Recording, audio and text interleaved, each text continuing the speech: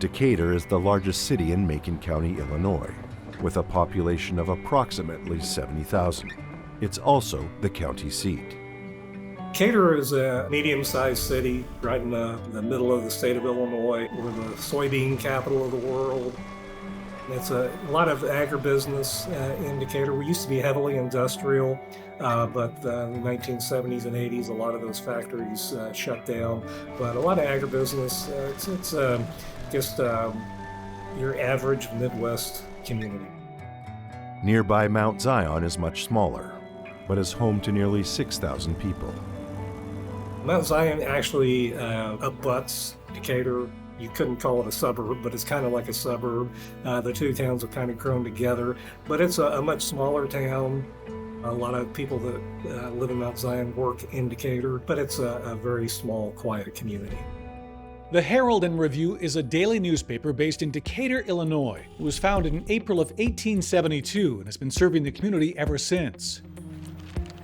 One of the many people in the office on September 27, 1996, is Karen Hearn Slover, who's working as an advertisement sales rep for the paper. Karen was only 23 years old at the time. She worked at the Herald and Review newspaper in Decatur. She was employed in sales. I guess you could say it's her day job, and she needs it because she's a single mother with a child to support. She had one son who was 3 years old at that time, and she was recently divorced. A lot of people who get a job at a newspaper, well, they're there because they want to be writers, not Karen. She had other ideas. Everybody that talked to that knew her said that she was had this bubbly personality. She lit up the room when she came in. She was very devoted to her son, and she had dreams of becoming a model. That's what her hope was. She has the looks for it, that's for sure. But it's a tough business to get into, and not many who do become successful. But Karen just might be one of the few who make it. Karen Gell Hearn was born on October 27, 1972, to proud parents Larry and Donna Hearn in Champaign, Illinois. Karen attends MacArthur High School in Decatur and goes on to earn an associate degree at Richland Community College. She's also a member of the First United Methodist Church in Champaign. After finding out that she's pregnant, Karen marries her boyfriend Michael Slover Jr. on January 2, 1993. 6 months later, she gives birth to their son, Brandon. Like a lot of moms, Karen goes back to work after giving birth. Michael's mother, Jeanette, becomes the primary babysitter for Brandon, while Karen's mom, Donna, watches him a couple times a week. In April of 1996, Karen and Michael Jr. get divorced. They're very young, got married very young, and perhaps because of pregnancy. It's not surprising that it wouldn't last forever. There was a unique provision in the divorce decree that Jeanette had to be the child's babysitter until he started school, which was very unusual. You usually talk about custody, and Karen and Michael have joint custody of Brandon. One of the attorneys that was involved in the case, a very experienced attorney who'd been doing divorce cases for years, and he said he had never, ever seen a provision like that in a divorce decree. Jeanette has always been the primary babysitter. Karen might want to change that, but Michael won't agree to the divorce unless his mother remains in that role. So she agreed to it, that Jeanette had to be the babysitter for the child. After the divorce, Karen meets a man named Brian Maxey at the Decatur Health Club. Now, the two wind up dating for 3 months before breaking up. After her breakup, Karen works with a man named David Swan, who is a circulation district sales manager at the Herald. They get along very well, and before long, they become romantically involved. September 27th, 1996 was a work day for Karen. She wakes up early, takes a shower, and then makes arrangements to have the use of a vehicle. Karen's car at that time had some kind of a mechanical problem, so on that day, Swan loaned his vehicle to Karen because she had to make some rounds at work and get back and forth to work. At 8:30 a.m., Karen stops by her parents' house. Karen has an early sales meeting in Springfield, so she stops on the way to visit her father, Larry, who works in a home office. She stays there for approximately 45 to 60 minutes. Later, at the Herald and Review, Karen receives an unexpected phone call. She went to work that morning and was notified that she had a modeling contract, which we could prove through Paris World International. It was actually out of Georgia. It was for a short-term modeling. She was very happy. That happened, I think, around 10 o'clock in the morning. Karen has signed on with Paris World back in July of 1996, but this is her first job offer, so it's very exciting for her. At 1:20 p.m., Karen runs into David Swan in the Herald and Review parking lot. They discuss the fact that he's going to a wedding rehearsal dinner that evening, while she picks up her son and buys a new dress for the wedding. David is on his way to a town called Cerro Gordo. Karen decides to go with him. On the way, they stop by Karen's apartment and pick up some photographs to send to Paris World. At 3:15 p.m., Karen mails the photographs, a signed modeling contract, and $92 to Paris World. Later, back at the office, Karen gets another phone call. She tells the person on the other end about her new modeling job. People at work said she was bouncing off the walls, happy. She had done some modeling, minor modeling locally, but this, she thought maybe this was her big break. But as Karen listens to the person on the other end of that phone call, her smile fades away and her expression changes to one of fear. One of her coworkers who sat close to her said that her appearance at that point changed to a deer in the headlights look. And we don't know what the conversation was on that telephone call, but we can only imagine what was said. At 4:50 p.m., David Swan receives a telephone call from Karen. She tells him she is about to pick up her son and go shopping. David asks Karen to buy him some hair gel while she's out, and she agrees. Just after 5 p.m., Karen leaves the Herald and Review for the last time. She gets into the car that she's borrowed from David Swan and drives off toward Michael and Jeanette Slover's house in Mount Zion to pick up her son Brandon. And for all intents and purposes, she just disappears. What happened to Karen Slover after she left work on Friday? And is she alive or dead? On the morning of September 27, 1996, 23-year-old Karen Slover is having her own personal historic moment. She's been offered her first professional modeling contract and is bouncing off the walls. At 5 p.m., she leaves the Herald and Review, where she works in sales, and drives off to pick up her 3-year-old son, Brandon.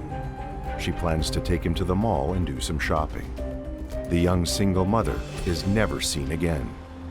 Thanks to a fairly unique divorce agreement, Karen's ex-mother-in-law, Jeanette, is the primary babysitter for her son, Brandon. Jeanette and Karen don't always see eye to eye. Now, they generally only speak to each other about the babysitting schedule, but apparently a month ago, they had a major argument. Someone suggests putting Brandon in preschool 3 days a week, and they get into a fight about it.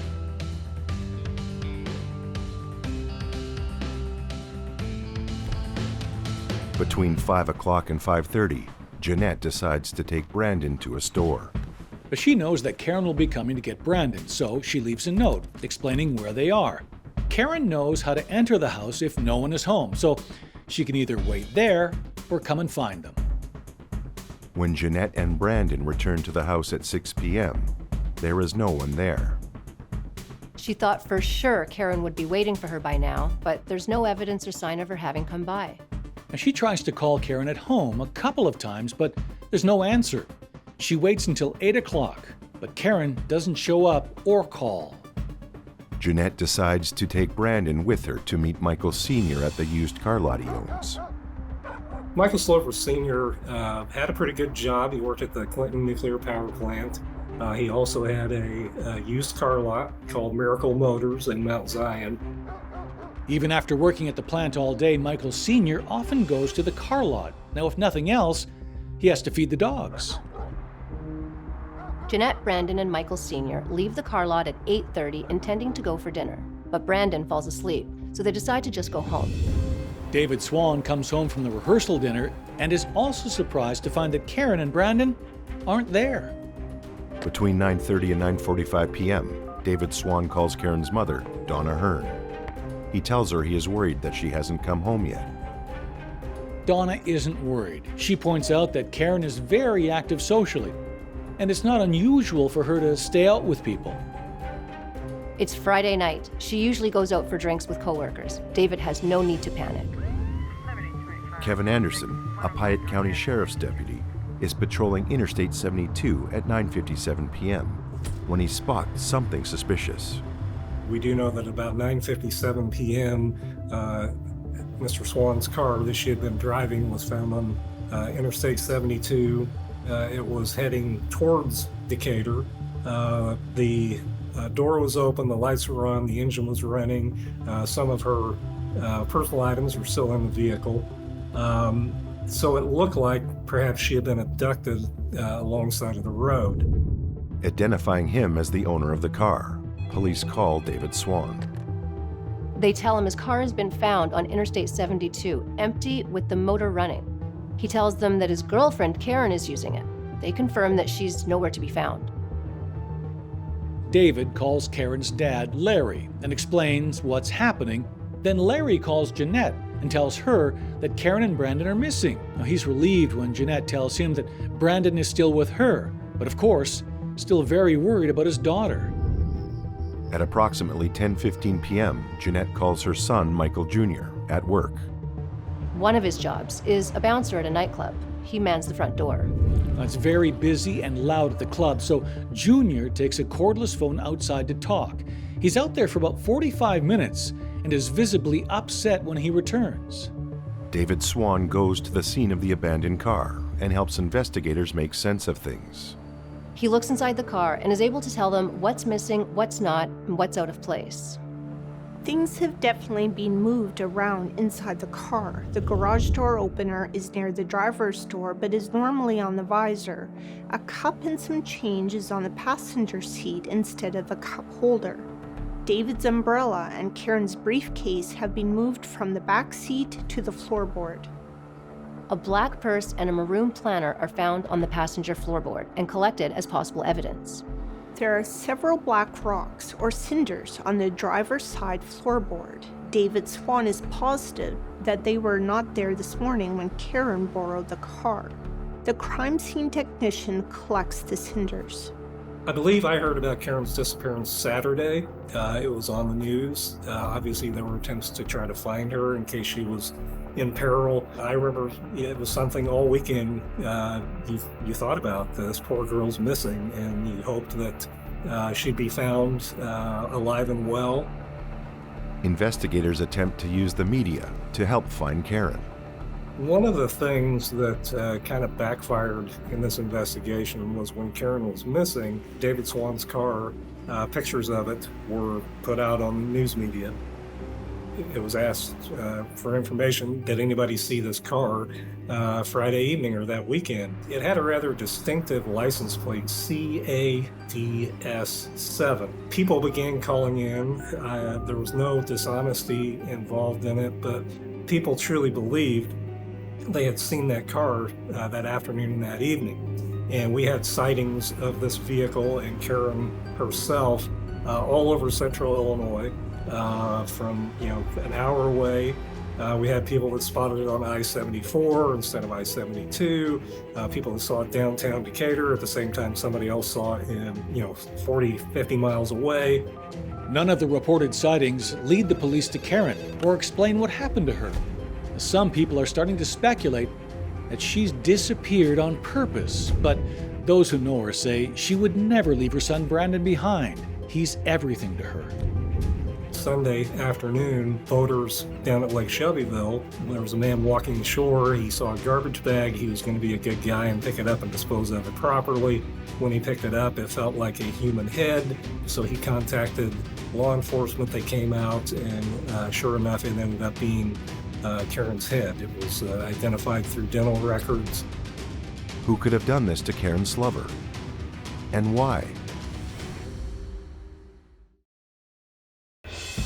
Aspiring model and employee of the Decatur Herald and Review, Karen Slover leaves work on Friday to pick up her 3-year-old son Brandon in Mount Zion, but never makes it there. Her car is found abandoned at the side of the highway, still running. It appears as if she's been abducted. On Sunday afternoon, a boater at Lake Shelbyville spots a garbage bag floating in the water. It contains a grisly surprise: a woman's head. Dental records will later confirm it to be the decapitated head of Karen Hearn Slover. Moultrie County is a very rural county. At that time, I think there was only one stoplight still in the entire county.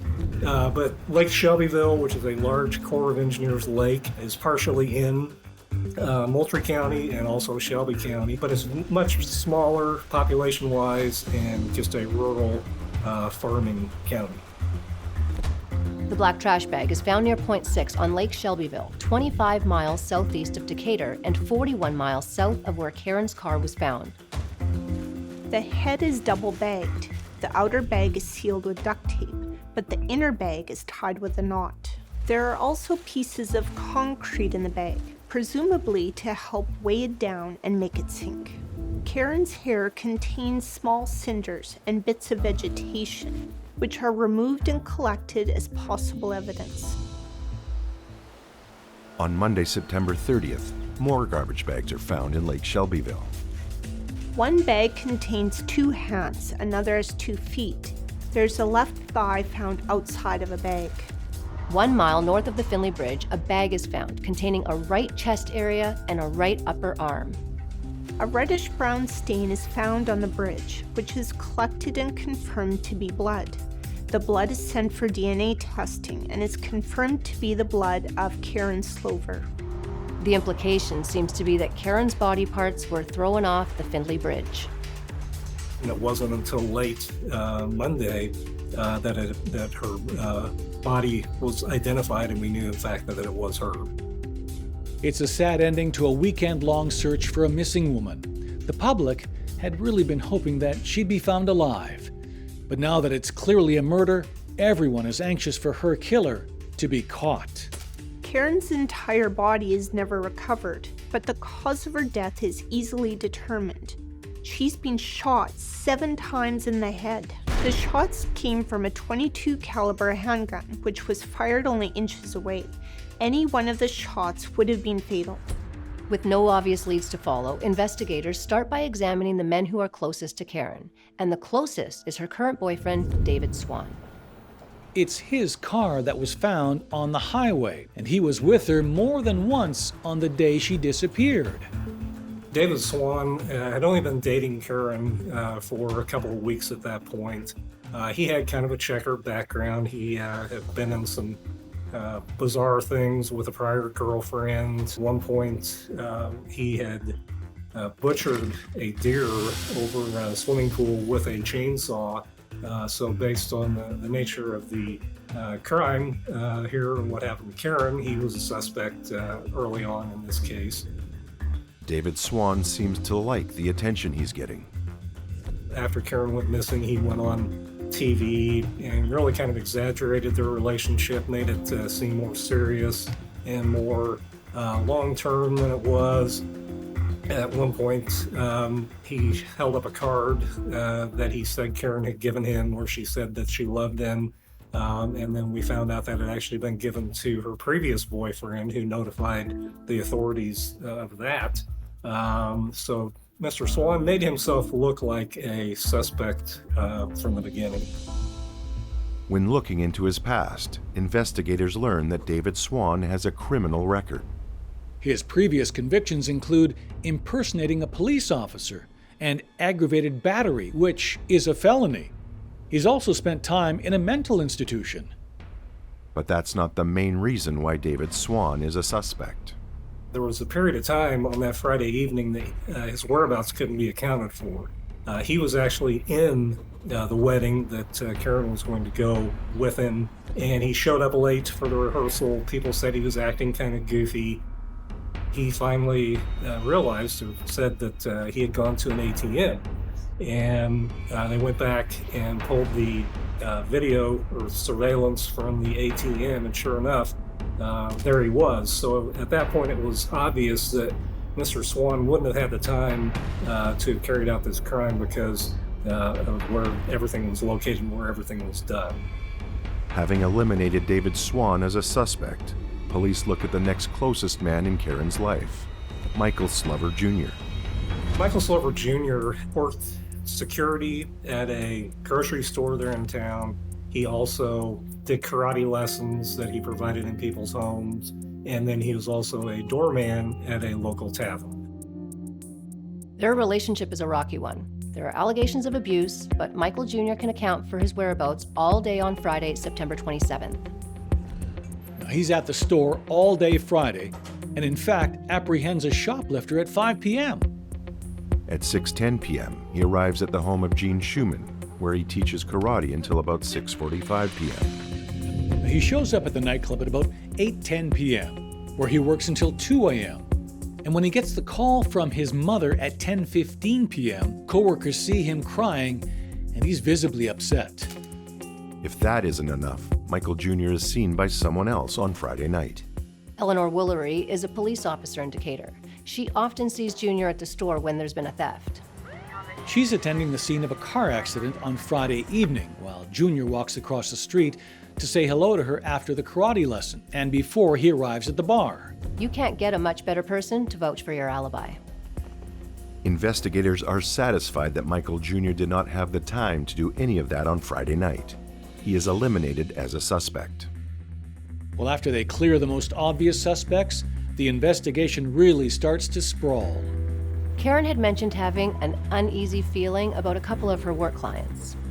A part of her job is meeting with clients, often in a more casual setting than an office. It's possible one of them could have gotten the wrong idea and wanted more than a business relationship.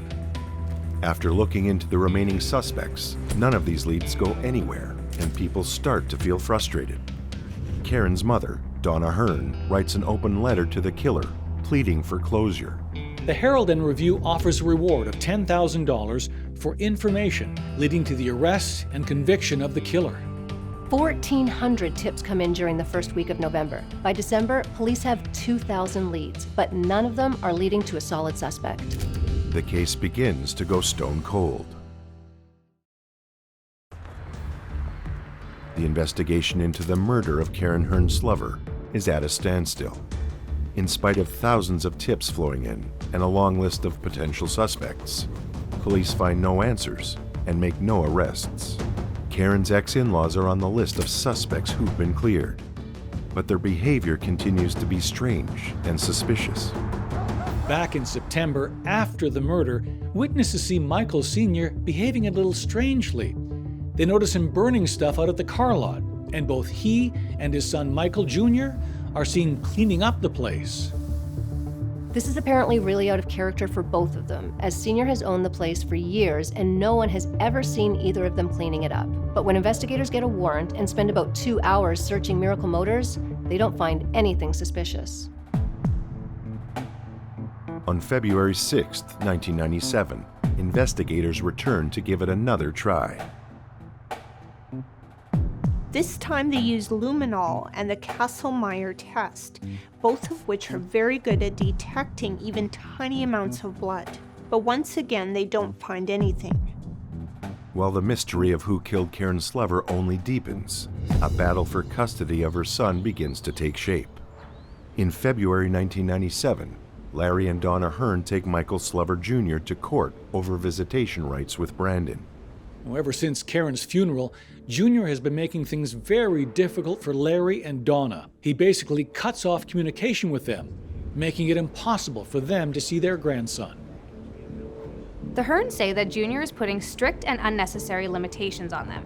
Don't talk to Brandon about Karen's murder. Don't visit her gravesite. He also forbids them to seek counseling for Brandon.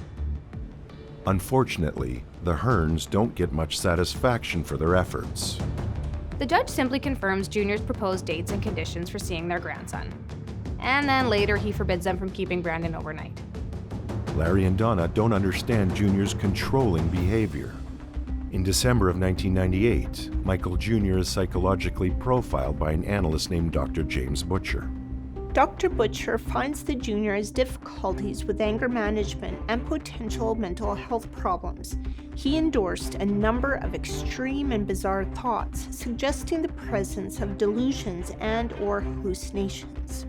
The analyst says that Junior believes that he has special mystical powers or a special mission in life that others just do not understand or accept.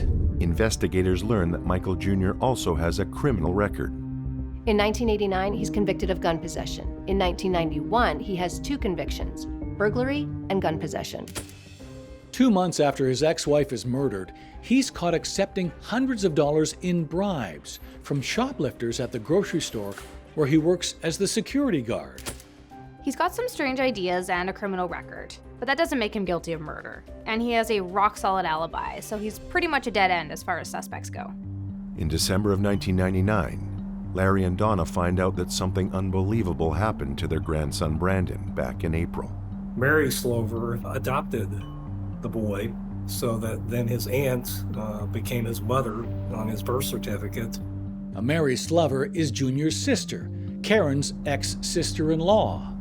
She had custody of him. She quit her job. She had a pretty good job with the state, and she quit her job and moved to Tennessee. Michael Jr. went with her, along with a boy. One of the reasons we believe that they went there was that Tennessee had some of the least generous grandparent visitation rights in the country. So they moved there. It will be harder for Larry and Donna Hearn to see their grandson if he's living in Tennessee, both legally and practically. Michael Jr. claims that he's moving to Tennessee because he's found a higher-paying job there. He claims he's working for a siding company, but a closer look reveals that he's actually working at a fast food restaurant. Junior is accused of perjury for lying to the judge about the job. And that was something suspicious as well. Why do you not want a 3-year-old child to see his maternal grandparents? And there was some wondering if maybe he had heard something, maybe he saw something, and they didn't want him saying it to Karen's mom and dad. So that was kind of a bizarre thing when the aunt adopts the child and then moves out of state with it. On Tuesday, March 10, 1998, authorities begin a third, more extensive search of Miracle Motors. They bring in Richard Monroe, a forensic geologist who works for the Winnipeg Police Department in Canada. He's an expert in exactly this kind of thing. And he came up with the idea of doing an archaeological dig, basically, at Miracle Motors. And they went out and laid out grids, collected the topsoil. It will take Richard Monroe and his team of investigators 3 days to collect all of the samples, and then 3 weeks to carefully go through it all. If there's anything to find, they will find it. None of the previous searches were this systematic and thorough. There's every reason to think this one will be more successful. But if the search comes up empty again, it could mean that the murder of Karen Slover will remain unsolved forever. The investigation into the 1996 murder of Karen Hearn Slover has been at a standstill for a year and a half. Investigators have reason to suspect her ex-husband, Michael Slover Jr., but he has a rock-solid alibi. Junior's sister Mary quietly adopts the boy and moves to Tennessee before his grandparents have any idea what's happened. Investigators bring in an expert from Canada to do one more thorough search of the car lot owned by Michael Slover Sr., which he and Junior spent time cleaning right after Karen's disappearance. It could be the last chance to find out what happened to Karen Slover. Karen, when her body was recovered, one of her arms still had a part of a shirt sleeve on it, the lower half. Her pants or jeans were left on when she was dismembered. So we had those things which were very significant. The jeans that she was wearing were not Levi's. This was a short run production through Maurice's, where Karen liked to shop. I believe there were only 1,250 pairs made in her size, which was 7 tall. And it was a 5-button front fly, and then there were rivets on the jeans as well. So this is a very unique short run jean. You're not going to find of pieces of those jeans all over the place because there were so few of them made. And when the search was conducted of the topsoil for Miracle Motors, there was a fly button and there were 2 rivets, which were identical to those that were on the jeans that she was wearing at the time. And also there was a plastic button with a white cloth covered face to it, which was identical to the button that was still on Karen's arm when it was recovered. And that was very significant evidence. Legally speaking, there's a difference between knowing and proving. And unfortunately, a few buttons isn't enough to convince the prosecutor he can get a conviction. In an unexpected turn of events, on June 18, 1998, Charles Pierce, who owns Pierce's Lawn and Garden Products, buys the old car lot property from the Slovers. He allows investigators to take concrete samples for the first time. This is the 4th search of Miracle Motors' lot. Charles Pierce is clear that he's never added any concrete or cinders to the property. Whatever's there is left over from the Slovers. Richard Monroe is able to determine that the concrete samples and the cinders are consistent with the ones that were found in the bags with Karen's body parts and on the floor of her car. In February of 1999, a man named William Richter testifies before the grand jury. William Richter buys and sells cars through Michael Slover Sr. They've known each other for years. Sr. has a dealer's license, so William pays him to do all of the paperwork and obtain dealer plates for his cars. William tells the grand jury that on several occasions around the time of Karen's murder, he saw a gun in Senior's office. He's not sure exactly what kind of gun it is, but it's a small revolver, about 4 to 4.5 inches long. At first, he says he saw the gun before Karen's murder. Later, he says he's not sure if it was before or after. He apparently has memory issues because of his drinking. In the year 2000, investigators receive a lucky break. Dr. Joyce Halverston performed some DNA tests, which proved to be surprisingly valuable. When the duct tape that sealed the bags was examined, there were some dog hairs that were adhered to the duct tape that closed the bags. Those were collected. When the search warrant was executed in March of 1998, Mike Mannix with state police, who was the lead agent at that time, decided he was going to get combings or brushings of the 2 dogs that the Slovers kept at Miracle Motors. He didn't really know why. He just thought maybe it'd be a good idea. Then a few years down the road, we discovered there was such a thing as canine DNA analysis. Troy Halverson was able to determine that some of the hairs that were collected from the duct tape came from one of the dogs kept there at the lot. It's one thing to find rare buttons and snaps at the car lot, but a DNA match from the dog hair, it seems to prove that those body parts were bagged and sealed right there at Miracle Motors. On January 27, 2000, 3.5 years after his ex-wife's murder, Michael Slover Jr. is arrested in Tennessee.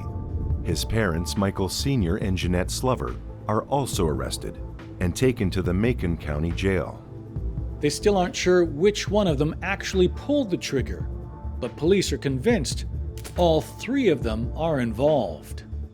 It might be hard to get a conviction if they can't prove who did the killing. With so many details of the crime still unknown, will authorities ever be able to bring Karen Hearn Slover's killer to justice? DNA testing reveals that dog hairs found in bags containing the dismembered body of Karen Slover came from dogs belonging to Jeanette and Michael Sr. All 3 Slovers are arrested and charged with first-degree murder. On Monday, April 15, 2002, 5.5 years after the murder of Karen Hearn Slover, the trial of Michael Slover Jr., Michael Slover Sr., and Jeanette Slover begins. The prosecution paints a picture of a family who decides to kill Karen because they're afraid that she's going to accept an out-of-state modeling job and take her son away from them. The prosecution also paints a vivid picture of Michael Slover Jr. Michael Jr.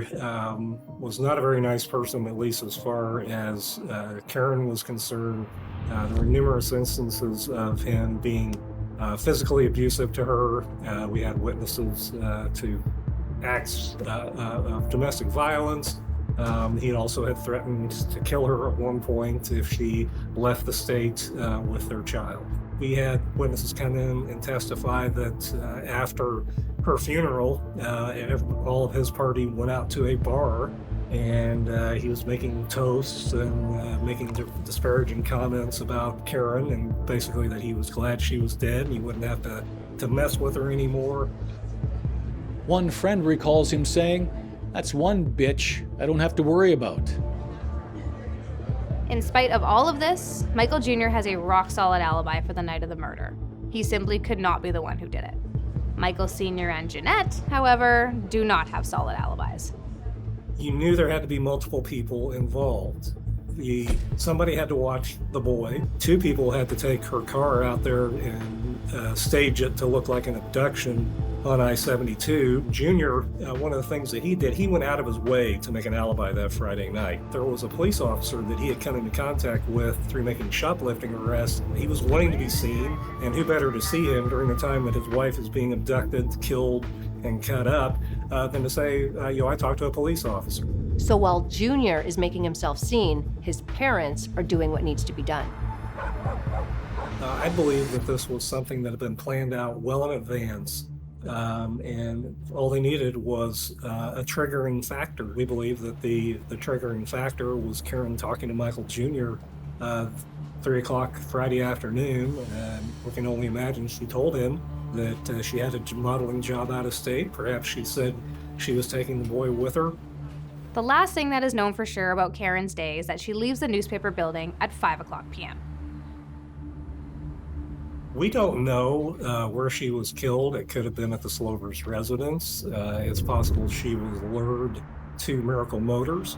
We don't know who shot her. There were different theories. I think it was, I was in the minority. I figured that Michael Sr. did it. He had more familiarity with guns than she did. I think most of the people that worked on the case felt that Jeanette did it because she was a woman who was filled with such rage.